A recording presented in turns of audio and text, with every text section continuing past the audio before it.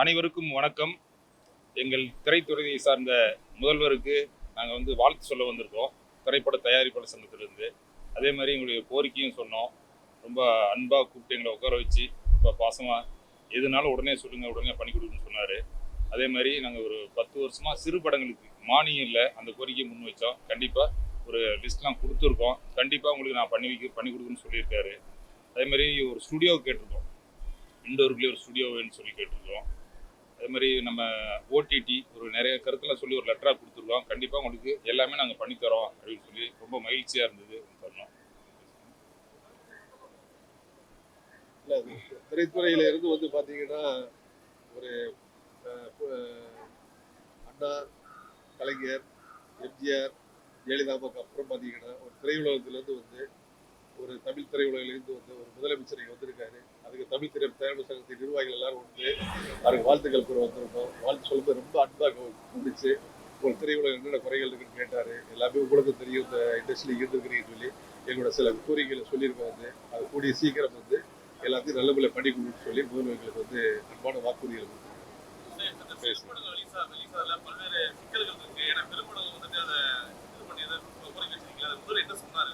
இல்லை, நாங்கள் எல்லாத்தையும் எடுத்துன்னு இப்போ தான் முதல்ல வாழ்த்து சொல்ல வந்திருக்கோம். நாங்கள் ஒரு லெட்டராக கொடுத்து அவரும் ரொம்ப பிஸியாக இருக்காரு. நாங்கள் எல்லாமே எந்த இதனாலும் சொல்லுங்க மனுவாக கொடுத்துருக்கோம் அவருக்கு. அதாவது ஆரம்பத்தில் எப்படின்னா எல்லாத்தையும் ஒரே டைம் கொண்டு போக முடியாது, ஒரு ஸ்டேஜ் பை ஸ்டேஜாக தான் பண்ண முடியும். அப்படிங்கிறனால கிட்டத்தட்ட ஒரு 10 வருஷமா சப்சிடி, அதாவது சின்ன படங்களுக்கான மானிய தொகை ரொம்ப பெண்டிங்காக இருக்கு.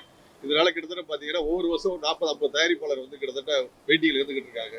அதனால அதை இம்மிடியேட்டா ஒரு மறு பரிசீலனை பண்ணுங்கன்னு சொல்லியிருக்கிறோம். உங்களுக்கு ஹைதராபாத்ல இருக்கிற மாதிரி ராமோஜி பிலிம் சிட்டிங்கிற மாதிரி தமிழ்நாட்டில் ஒரு பிலிம் சிட்டி வேணும்னு சொல்லி கேட்டிருக்கிறவங்களுக்கு. அப்புறம் இன்னும் சில கோரிக்கைகள் திரையுலக சார்பாக வச்சிருக்கிறோம்.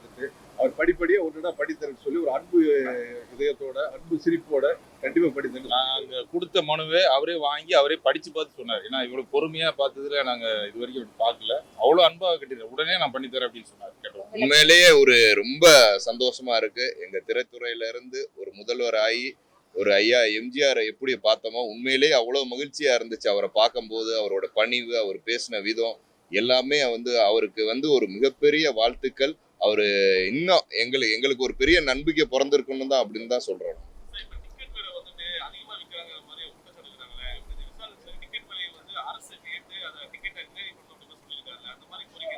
இல்லை, அந்த கோரிக்கையும் கொடுத்துருவோம். ஆன்லைன் டிக்கெட்டிங் பண்ண சொல்லி அதையும் சொல்லியிருக்கோம். எல்லாம் ஃபுல் மனுவாக கொடுத்துருக்கோம். அது எல்லாம் ஒரே டைமில் சொல்ல முடியாது. அதனால ஒன்றுனா முதல்ல அவருக்கு ஒரு வாழ்த்து சொல்ல, நேரில் வாழ்த்து சொல்ல தயாரிப்பாளர் சங்கம் சார்பாக நாங்கள் நிர்வாகிகளாக வந்திருக்கோம். அதாவது நாங்கள் கொடுத்த மனுவை பரிசீலித்து என்னால் இண்டஸ்ட்ரிக்கு என்ன நல்லது, நாங்கள் கொடுத்த மனுவை பரிசீலித்து இண்டஸ்ட்ரிக்கு என்னால் என்ன பண்ண முடியுமோ அது நான் கண்டிப்பாக பண்ணுறேன்னு சொல்லிட்டு உத்தரவாதம் கொடுத்துருக்காரு. அதே எங்களுக்கு ஒரு பெரிய ஒரு பலம். ஆக்சுவலாக இவ்வளோ நாங்கள் எதிர்பார்க்காதது அவர் வாயாலே சொன்னது எங்களுக்கு ரொம்ப சந்தோஷமாக இருக்குது. நாங்கள் ரொம்ப மகிழ்ச்சியாக இருக்கோம். சமீபத்தில் தயாரிப்பாளர் சங்கம் ஒரு நாள் ஸ்ட்ரைக் கூட பண்ணியிருந்தீங்க. நடிகைகள் சம்பள பகிர்வு சரியாயிடுச்சுங்களா? இல்லை, சரியாகல. இல்லை, பேச்சுவார்த்தை இப்போ அடுத்த வாரத்துல ஆரம்பிக்க போகிறோம். டைம் சொல்லியிருக்கிறாங்க. அதே மாதிரி அடுத்த மாதம் ஃபர்ஸ்ட் வீக்ல இருந்து அது இன்சியலுக்கான ஸ்டேஜ் போய் ஆரம்பிக்கிறோம். சினிமா துறை சார்ந்தது சிஎம் கட்டுப்பாட்டு கீழே இருக்கணும்னு விசால் போட்டிருந்தாங்க. அந்த மாதிரி ஏதாவது இல்லை, அது அவர் தனிப்பட்ட கருத்து, அது நம்ம சொல்ல முடியாது. அது ஒட்டுமொத்த நடிகருடைய கருத்து. இல்லை, அது அவர் தனிப்பட்ட முறையில் அவர் சொல்லியிருக்காரு. இல்லை, இன்னொன்று பார்த்தீங்கன்னா திரைத்துறையை பற்றி முதல்வருக்கு எல்லாமே தெரியும். ஓப்பனாக சொல்ல முடியும். பார்த்தீங்கன்னா அவர் எல்லாமே A to Z தெரியும் உங்களுக்கு.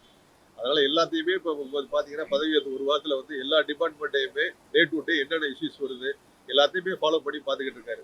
அதனால திரைத்துறை உண்மையிலே அவருக்கு கிட்டத்தட்ட ஒரு 40-50 வருஷமா டிராவல் ஆகியிருக்காரு. எல்லாமே அவர் தெரியும். கண்டிப்பாக அதை எல்லாத்தையும் ஃபாலோ பண்ணி நல்லபடியாக பண்ணுவார். நன்றி.